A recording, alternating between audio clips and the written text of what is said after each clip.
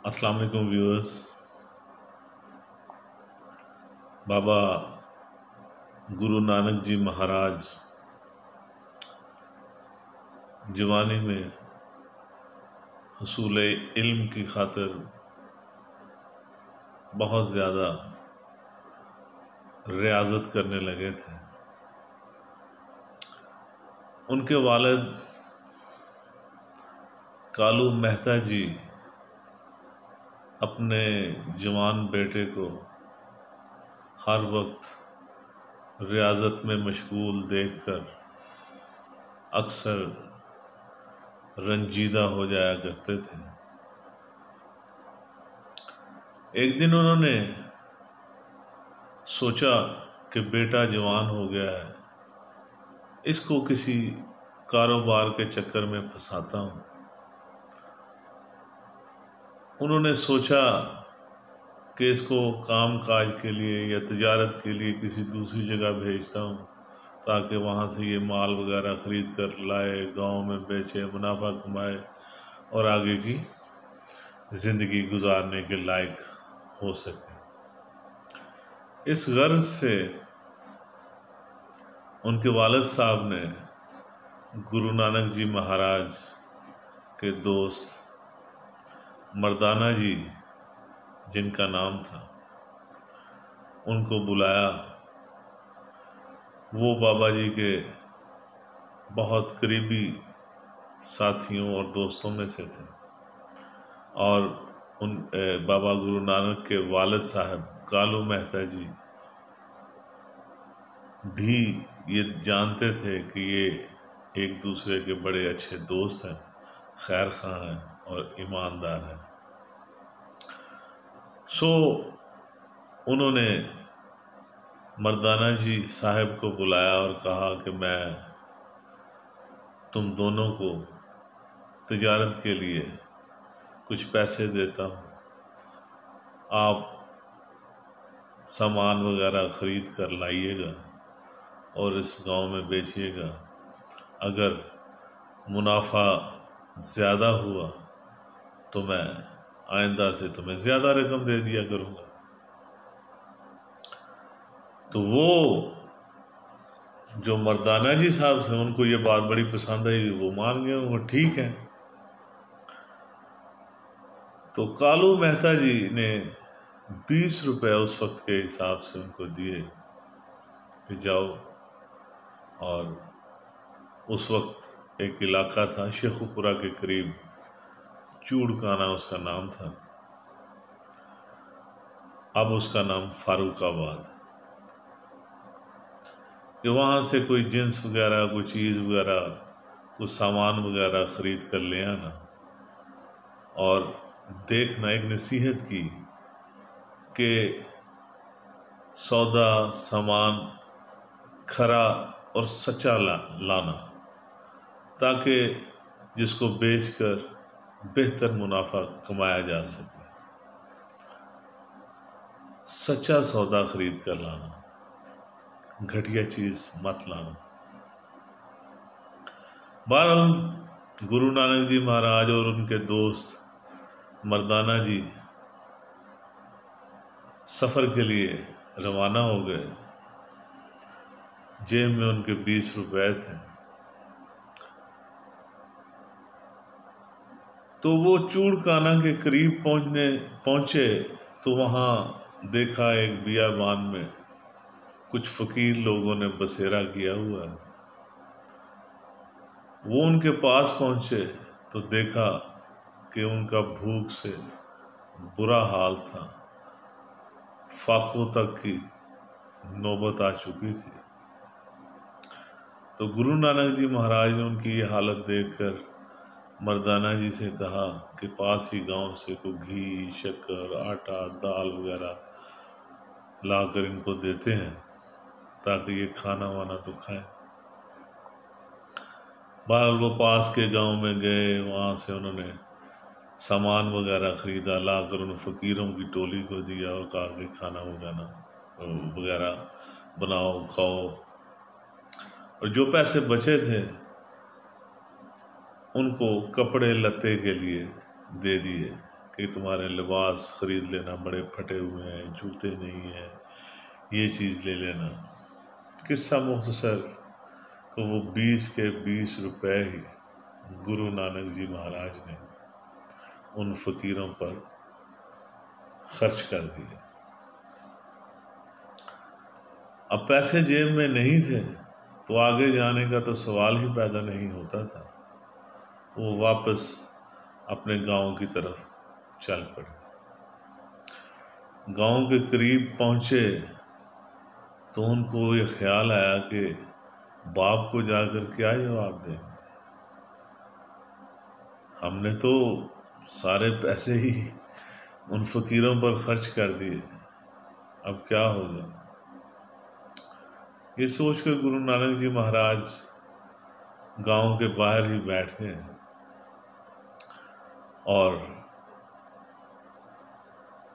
मर्दाना जी को गांव रवाना कर दिया।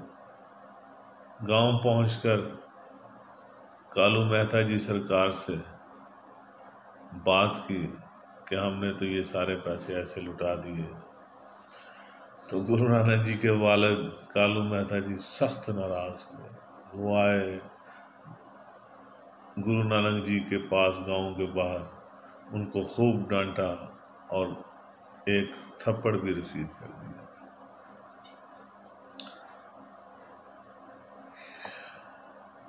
फिर उनको उठाकर घर ले गए।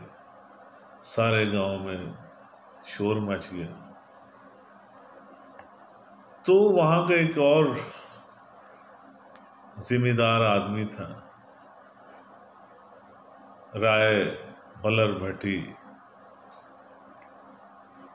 वो शख्स ऐसा शख्स था जिसने बचपन ही में गुरु नानक जी महाराज को पहचान लिया था। उसने कुछ ऐसी बातें गुरु नानक जी महाराज में देखी थी कि वो उनका पहले से ही तायब हो चुका था। वो भागे भागे कालू मेहता जी की हवेली आए। उनने पूछा, ये क्या शोर मचा रखा है, क्यों डांट रहे हो गुरु नानक। उन्होंने कहा कि इसको मैंने सामान खरीदने के लिए भेजा था। मैंने सोचा था ये कुछ तजारत करेगा, कुछ नफ़ा कमाएगा, कल को घर चलाना है, अपनी अगली ज़िंदगी, अपनी आने वाली ज़िंदगी ये बेहतर तरीके से गुजार सके। लेकिन इसने तो सारे पैसे ही फ़कीरों में बांट दिए, उनका खाना, उनके कपड़े लत्ते पर खर्च कर दिए। कालू मेहता जी ये बात ख़त्म की ही थी कि राय बलर भट्टी ने कालू मेहता जी से कहा कि तुम्हारा जितना नुकसान वो मैं पूरा करता हूँ, तुम गुरु नानक को कुछ मत कहो। फिर उन्होंने गुरु नानक जी महाराज से पूछा कि ये आपने क्या किया। उन्होंने कहा था कि मेरे बाप ने कहा था कि खरा और सच्चा सौदा करना, घटिया सौदा मत करना। तो भला बताओ, किसी की मदद करने से, किसी को खाना खिलाने से, किसी को कपड़े पहनाने से बेहतर भी कोई खरा और सच्चा सौदा है जिसमें घाटे की गुंजाइश ही मौजूद नहीं। ये तो सबसे खरा और सच्चा सौदा है। राय बलर भट्टी, तुम ही बताओ, क्या इससे सच्चा सौदा कोई और है? राय बलर भट्टी ने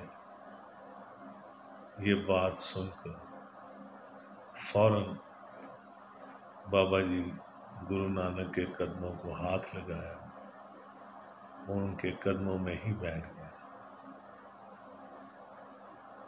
व्यूअर्स, हम जिंदगी में जो कुछ कमाते हैं, जो कुछ भी हासिल करते हैं इस मादी जिंदगी में, हमने ये सब कुछ यहीं छोड़कर जाना है। कुछ भी हमने साथ लेकर नहीं जाना। लेकिन अगर कोई चीज हमारे साथ रहती है, हमारे साथ जाती है, जो इस दुनिया और अगली दुनिया के लिए बड़ा ही मुनाफा बख्श सौदा है, वो आपके इखलाक है, आपकी डीलिंग है कि आप दूसरों के साथ कैसा बर्ताव रवा रखते हैं। Your deeds. नबी पाक सल्लल्लाहु अलैहि वसल्लम ने भी फरमाया था कि क़यामत के दिन जो अमाल के पलड़ों में सबसे जो वजनी चीज होगी वो आपके इखलाक है। अपने इखलाक को दुरुस्त रखिएगा। हमने यहाँ से कुछ भी लेकर नहीं जाना। एक अच्छी याद, एक अच्छा ताल्लुक, एक मोहब्बत से लबरेज वक्त जो हमने लोगों के साथ गुजारा है।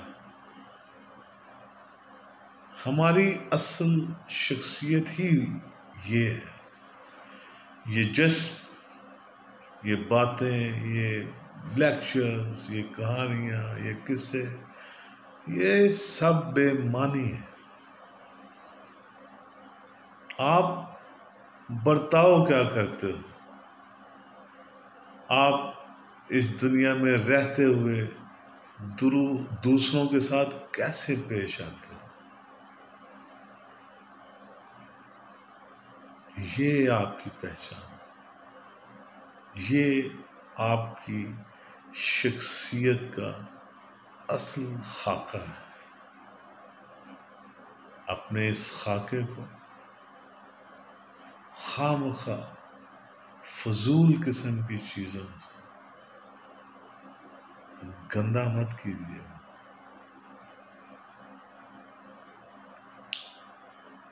प्लेटो ने, अफलातून जिसको कहते हैं, उसने कहा था कि सुबह उठकर हर शख्स को आईना जरूर देखना चाहिए। अगर आपकी शक्ल अच्छी है तो इसको गुनाहों से गंदा मत कीजिएगा। अगर आपकी शक्ल बुरी है तो दो बुराइयां एक जगह जमा मत कीजिएगा। आपका बहुत बहुत शुक्रिया।